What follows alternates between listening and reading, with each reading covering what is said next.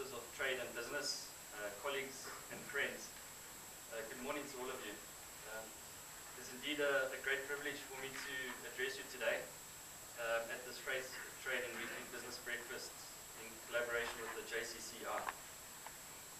Engagement with business and stakeholders is a critically important element of our strategy in customs and excise.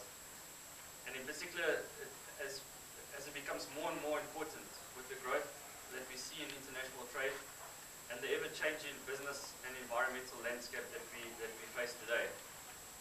Fundamentally, customs hasn't changed in all these years, in these 7,000 odd years. The principles of customs have remained the same.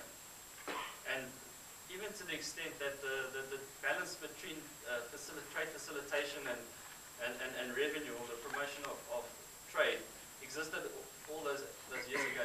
In ancient times, the king would decide he wants to levy the customs duty if you want to come through his land, if you want to bring goods in or out of his territory.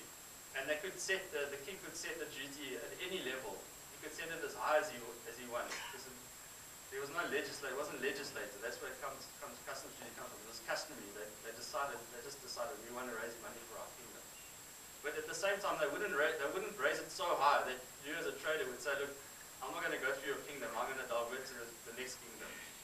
So that whole balance around, getting the balance around increasing tariffs and promoting trade existed all those years ago. The concept of penalties obviously existed all those years ago. I'm sure many of you in the audience probably complain a lot about the penalties that get issued by customs in the modern era. In the olden days, in the ancient times, it was, if you were caught, it was concealment, or you didn't pay the correct amount.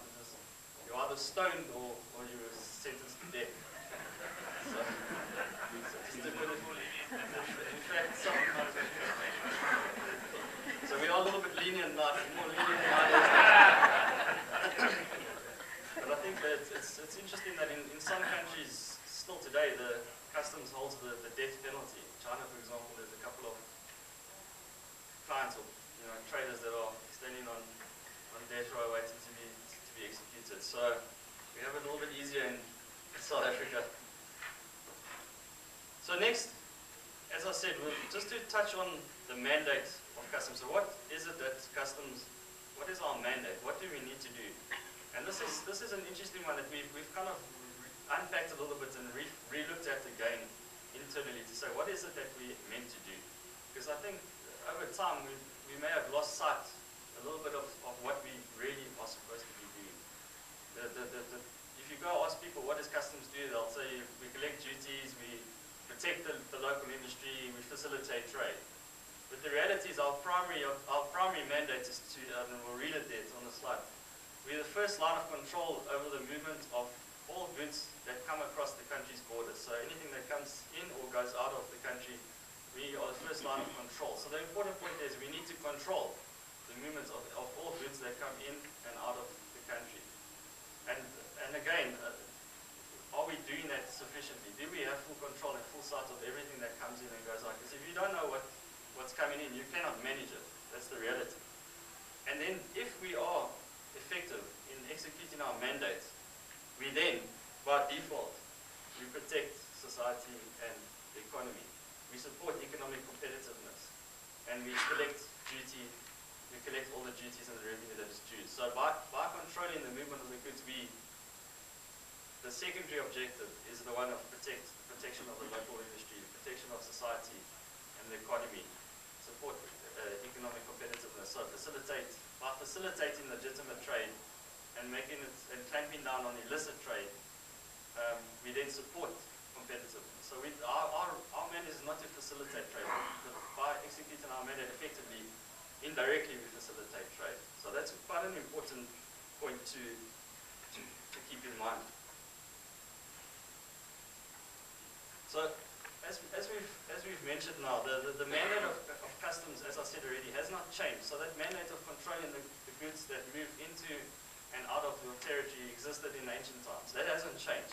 What has changed from those ancient times to today is a lot.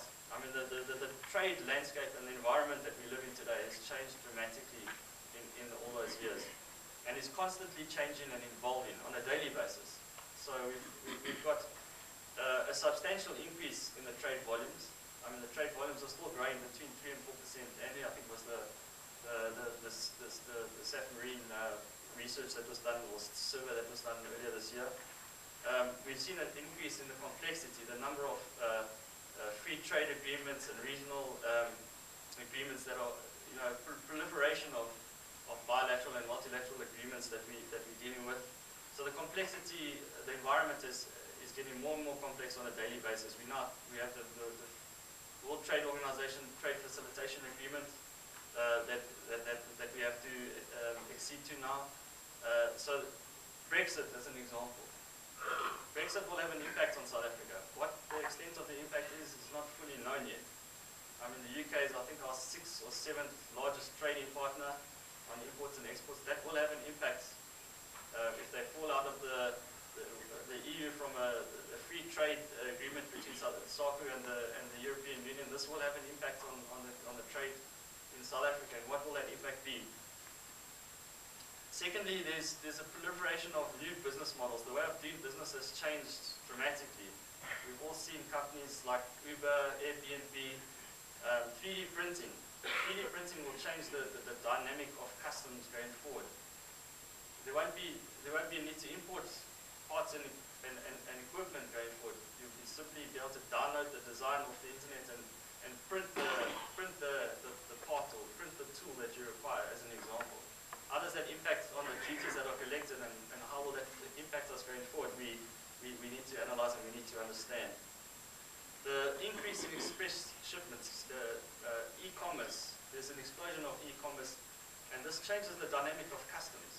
Fewer consignments of big quantities in containers. We now have to deal with millions and millions of individual parcels, and how does that affect our operating model, and how do we respond to those challenges?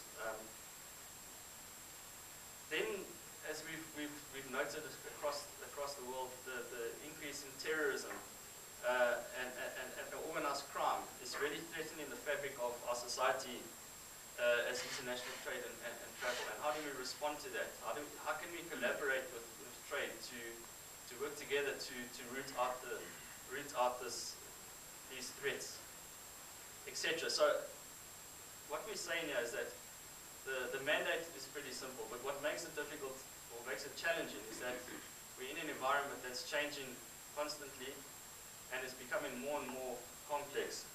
So this is something that we at Customs, we analyze these factors, external factors, on virtually a daily basis. We analyze these factors and we try to anticipate what the trends are, how will this impact us, how will this impact on our revenue collection, most importantly.